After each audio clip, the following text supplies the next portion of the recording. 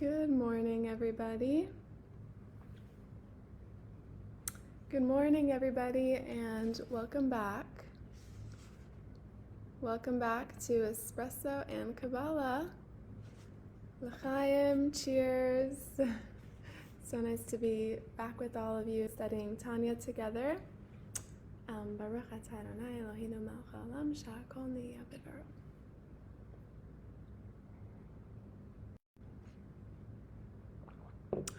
So good. Cheers, everybody. Welcome back to Espresso and Kabbalah. Today we are studying again from the Practical Tanya by the Alter Rebbe and adapted into modern day English by Rabbi Chaim Miller. We are in chapter 17. Morning, everyone. Thanks for tuning in. We are on section 2, which is on page 205 in the Practical Tanya. And we're just going to dive right in. The Tanya, as always, is all about giving us the tools and the tips and strategies and life hacks on how to deal with this life, how to deal with this gift of life we've been given, based on the two-soul doctrine, which is I have two voices within me, an animal soul and a godly soul, and they don't always agree and they don't always get along, and what are we going to do about it? So section 2, we are discussing how to be in control of our hearts. Now, we've all experienced moments of panic or anxiety or what do I do now? You know, like this seriously crippling emotion overcame me and I'm struggling, and how do I go forward? So one of the best strategies that's employed in the Tanya is the mind over heart strategy, which means no matter what's going on, we can gather enough self-awareness, and I've heard this called compassionate self-awareness because, you know, we can only do anything good if we're nice to ourselves, right? So compassionate self-awareness means we take a deep breath in and we say, what's going on in this moment? What am I feeling? How do I bring my mind back in power? And how do I regain agency and help myself get through this moment without letting all of the negative feelings or anxiety or anything like that get in my way? And this happens all the time, where the Alter Rebbe gives us tools. Section 2 is called Losing Self-Control. So far, we have discussed the tzaddik, right? The saintly, holy person who is in control of his heart, and the Beinoni and the aspiring Beinoni whose brain rules over the heart. The Tanya now turns to the third category, the absolute Rasha, which means the wicked person, and he is totally ruled by his feelings. So you have the perfectly complete tzaddik, and you have the striving, struggling Beinoni, and then you have the wicked Rasha, and he is not in control of himself at all. So the wicked person, he just lets his feelings completely take over at every single moment. He's not interested in having mind over heart. He's not interested in being, thoughtful or mindful or self-aware. He's just following however he feels in any given moment. Imlai mishahu rasha be'emes, right? If a person, generating enough love to observe the mitzvot is very much within reach for every person, unless he is a real rasha, if he's a wicked person who doesn't have an easy time taking control of his feelings. The real rasha, right, he suffers, right? He doesn't have any self-control. K'maimar Rebbetzin Tzivia Namdar, as our sages of blessed memory taught, Sheharashayim hein b'rshus libam, the wicked people are controlled by their hearts. Ve'ein libam b'rshusam b'chlal, and their hearts aren't in their control at all. So if they feel like angry or any sort of negative feeling, they will simply lash out and say and think and do whatever that feeling leads them to do, they will just follow, which can obviously be quite destructive in our lifetime. So he's like an addict, right? He's relinquished self-control, and now he's just completely ruled by his passion. But if inherently and naturally the brain rules over the heart, as we have learned, how is it possible for these people to lose self-control? And this loss of self-control, it's like a consequence, it's like a penalty from heaven. So he has had such great magnitude of his misdemeanors that it's like really out of reach for him to be in control of his emotions. So how can this be reconciled with the verse in Deuteronomy, right? Devarim teaches us that it's very much within reach for all of us, right? Every single mitzvah is within reach. We're not held back or limited by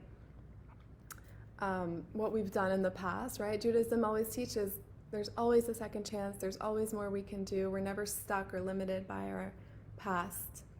V'lai dibra Torah b'mesim elu, and the Torah was referring to that it's within everyone's ability.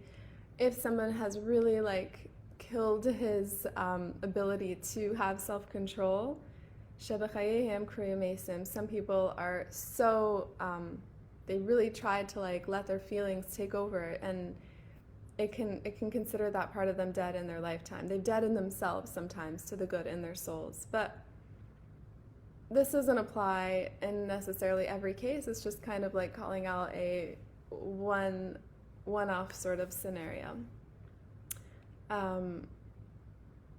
So what does alive mean according to the Torah? Alive is all about full of life, full of connection to our soul, connection to our source. And real life, sorry, just checking the connection.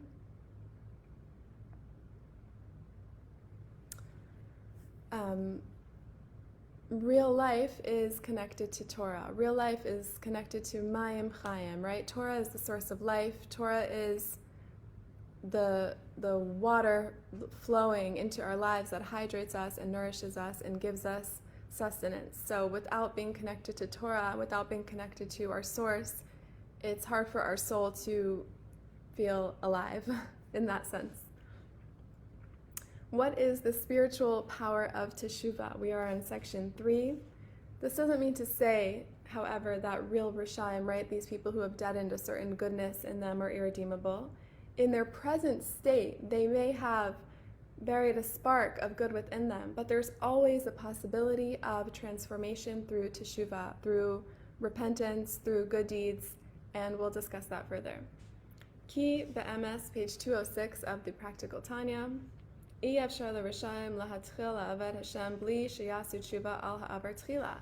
I love this part of the Tanya. It just shines such a light on what Judaism means to me and what it means to all of us, that there's no such thing as too far gone, no such thing as too late. There's always a chance to pick up the pieces and remember that today is the first day of the rest of your life. So in truth, a real wicked person, he has a struggle. He can't begin to worship God on a regular basis without first going back and repenting for the past. L'shaber haklipas shehem masach mavdil umechitza shel barzel hamafsekes beinam la'avihem shebashamayim.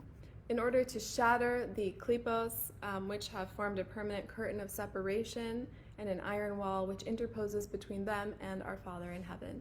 So every mitzvah we do, everything that we're setting out to accomplish is all about creating a sort of connection, creating a sort of bridging the gap and connecting our soul to our source, to our Father in heaven. And every time that we take a step away from that, it's sort of creating a bit of a disconnection. And here it's so far as to call it an iron wall, a curtain of separation. And these Rishaim, these people who have deadened a good part of them, they're held hostage, so to speak, by negative energy that they have kind of welcomed into their lives through, like it says in the Tanya, repeated selfish actions, which means, we all try to be selfless. We all try to look out and think about others before we think about ourselves. Sometimes there's a sensitivity that is deadened in a way, and we need to regain that sensitivity through working on ourselves and studying and bringing self-awareness and compassionate self-awareness into our lives. So, l'chaim. Welcome to Espresso Kabbalah, and thanks for tuning in.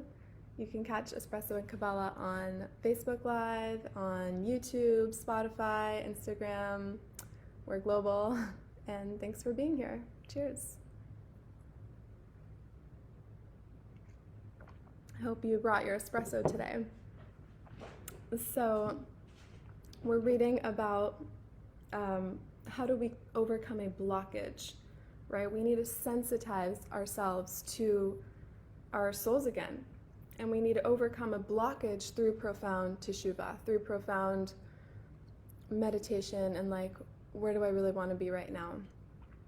Al yidei shaviras libai umariras nafshay al chatav. So this is done, says the Alter Rebbe, through feeling heartbroken and embittered in their souls over their sins, right? So we can sometimes get to a place of, I'm so far gone, like that heartbreaking, like what's going on with me? Where am I in my life? How can I do better?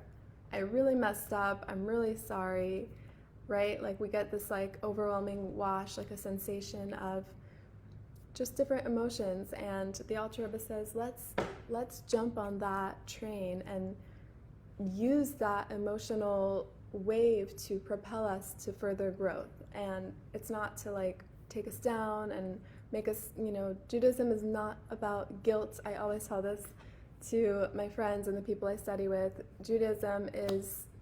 Guilt is not Jewish. Even though it's a Jewish joke, guilt is really not Jewish. We're not meant to beat down on ourselves and be hard on ourselves. We're not meant to like give ourselves a hard time about how we've done in the past. We're meant to embrace the present and embrace the future, and we can regret and be remorseful and work on ourselves, but just sitting in negativity takes us down, and we always can know where something is coming from based on what it brings us to in the future. So, for example, if I feel something and it leads me to doing something good, I know that was coming from the Yetzer Tov, right? The good inclination.